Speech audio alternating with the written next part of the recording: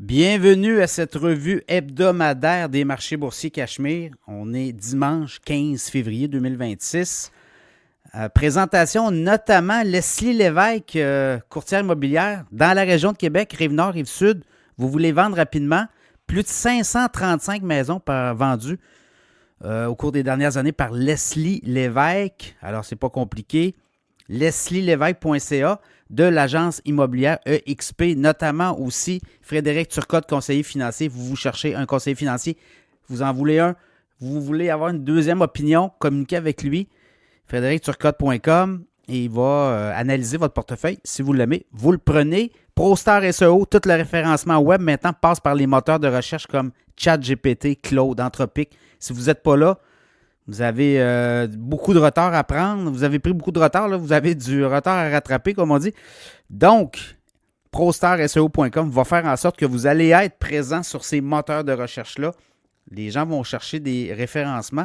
Ils vont trouver vos produits, vos services, vont trouver votre site web, ProStarSEO.com. Voilà. Et également, InfoBref, l'infolette dans 5 minutes. Recevez l'infolette tous les jours. Le lien dans la description du podcast. Tous les jours, vous avez juste à cliquer, vous abonner à infolette.com. Voilà, InfoBref, hein, c'est ça, c'est InfoBref. Infobref.com.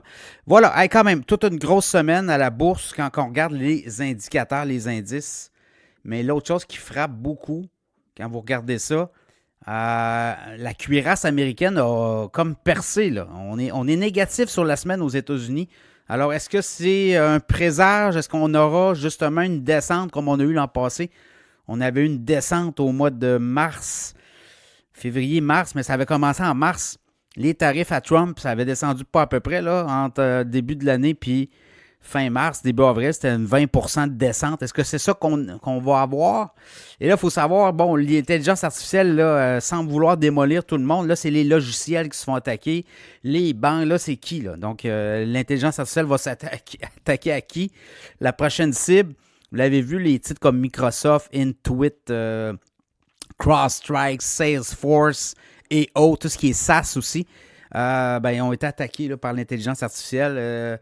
Là, on dit, c'est-tu vraiment ça ou c'est la qualité de l'entreprise avec son modèle d'affaires et tout et tout. Donc là, je pense qu'on essaie de se trouver des bonnes raisons là, pour peut-être forcer les ventes dans certains secteurs et peut-être les racheter à rabais. Regardez, Microsoft est quand même très intéressant comme titre là, à rabais de quoi 25% depuis le début de l'année. Donc, on a ça.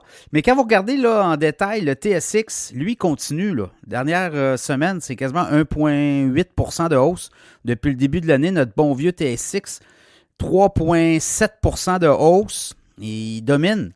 L'or, le pétrole, les métaux, les ressources naturelles, c'est ça qu'on voit. Alors que du côté du S&P 500, sur la semaine, on a 1,2% de baisse. Puis depuis le début de l'année, on est en négatif de 0,3, 0,4% à peu près. Là. Donc, on est négatif là. Le Nasdaq, semaine négative, moins 1,7. Et sur l'année, on est à moins quasiment 3% de baisse pour le Nasdaq. Puis le Dow Jones, quand même, sur l'année, reste positif de 2,3%, mais sur la semaine, il était négatif de 1%. Donc, est-ce qu'on voit la cuirasse américaine? Les marchés américains tenaient fort, les indices, mais là, cette semaine, ça l'a flanché. Est-ce que c'est prélude à d'autres choses? On va le voir cette semaine. On va essayer de trouver une direction aussi à travers tout ça. On a eu plein de résultats financiers. 80% des résultats financiers, les entreprises battent les attentes des analystes. Et pourtant, bon, le Bitcoin, je regarde, lui, la semaine a été tough. Puis, je regarde, le début de l'année est très tough, là, moins 21%. 68 710 devra trouver lui aussi là, une façon de rebondir. Est-ce que c'est le Clarity Act aux États-Unis? Ethereum, même chose. Sur la semaine, baisse de quasiment 2%, puis depuis le début de l'année, tu as moins 33, moins 34%. 2690 au moment où je vous parle. L'or a fait du surplace cette semaine. Il faut regarder, on a commencé la semaine à 5042, puis on est à 5041. Donc, c'est à peu près ça. On est quand même allé chercher les 5100 quelque chose.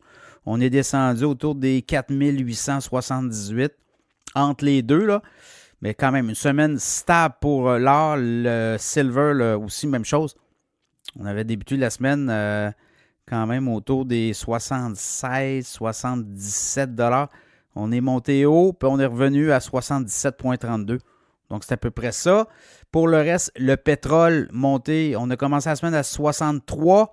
On est monté à 65 et quelque chose, 65 et 66. Puis on est venu à 62,89. Donc, vraiment une semaine stable aussi, mais beaucoup de soubresauts. Dans le cas du pétrole, ce qu'on voit, c'est qu'il y aurait des surplus.